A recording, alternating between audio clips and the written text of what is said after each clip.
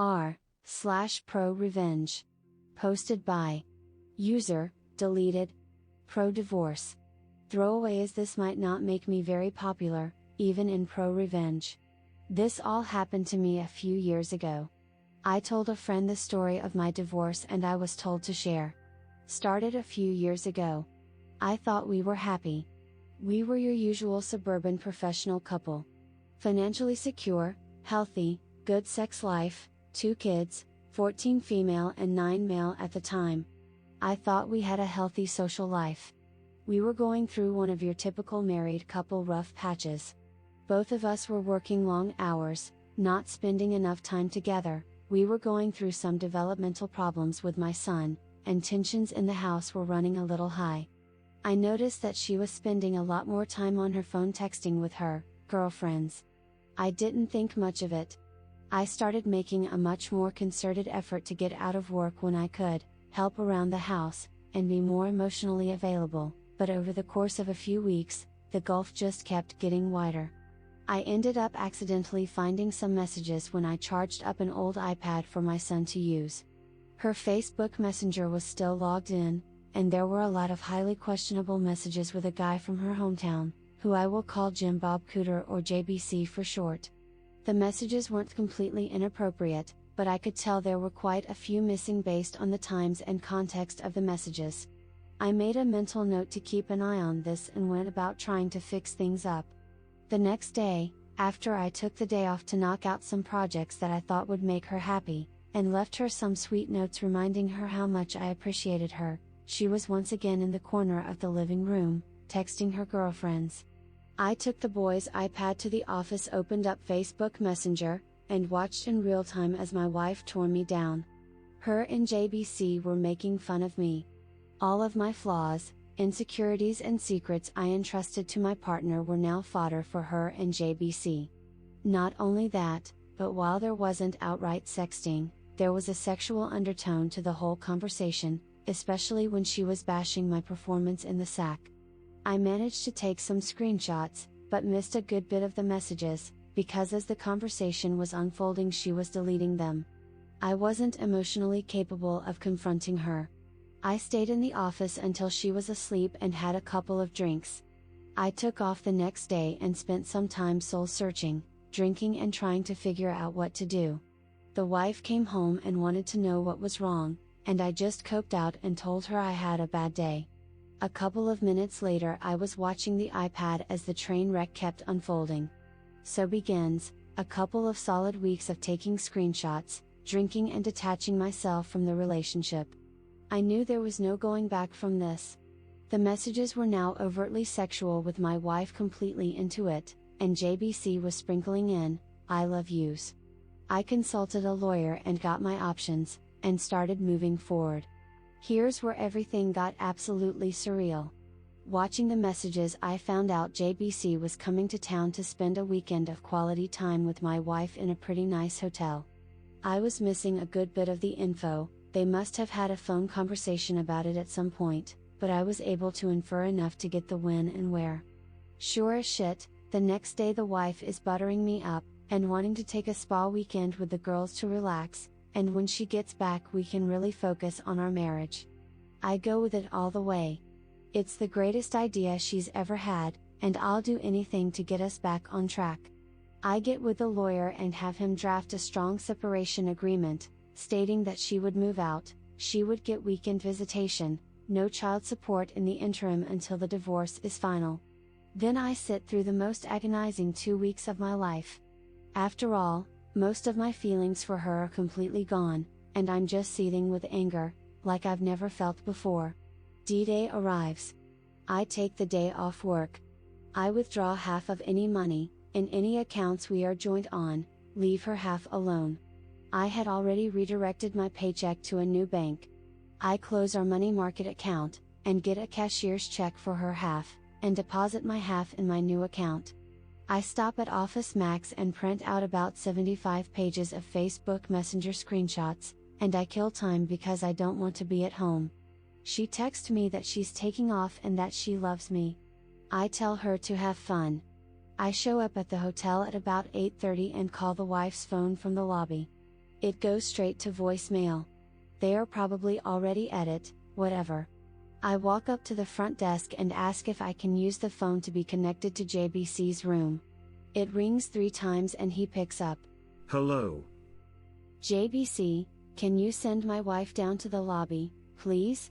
I don't know what you're talking about, bro. Okay then. I guess I'll have to call Mrs. JBC and get her down here. Totally a bluff. I knew he was married, and I knew her first name, but that was it. JBC, inaudible, shuffling, panic, me, you got 5 minutes. Click. Not even 2 minutes later, my wife comes walking out of the elevator looking a little flustered. I sit her down in the corner of the lobby. Starts spewing bullshit saying it's not what it seems, etc. I'm not here to argue. The things that are said in this pile of papers are what's going on. The only way I'm not giving a copy of this to your daughter, your parents, and emailing it to everyone we know is if you move out immediately. Wife was very prideful. Daughter was going through a rebellious teen phase, and her knowing probably would have forever killed their relationship. Wife was also her parents' golden child, and she always worried about what they thought of her. I didn't have much leverage, and shame was my only card to play. Also, her professional life is built up around her image, so I knew she would protect that at all costs. Sniffle, mumble, inaudible. This is a check for half of the money market account. I've withdrawn my half of the money from all the other joint accounts. You should have more than enough to get a place. She starts to cry a little. I could almost see the different thoughts and waves of emotions going through her, but now was the time to keep pressing. Here is a separation agreement that I think is more than fair, considering what's going on. I'm going to need you to look this over, sign it, and leave it at the house when you get your stuff. Do you want to look through these screenshots? No. Okay. Go have fun with JBC. Do not come back to the house or I'm going to send this, holds up a ream of screenshots, to everyone. I bounce out of the lobby, and I can hear her start to have a breakdown. I get to the car, then drive off to a parking lot and have my own crying rage fit. Previously I would have cried in front of her and yelled and whatnot, but I managed to get my shit together enough to pull it off. I don't know what she did that night, or over the weekend. She texted and called over and over wanting to talk. I just turned the phone off, and by the time Monday afternoon rolled around there were movers getting her stuff and she delivered the agreement. I let her have a talk with the kiddos, basically saying mommy and daddy need some time apart, we still love you, etc. etc. Standard divorce talk.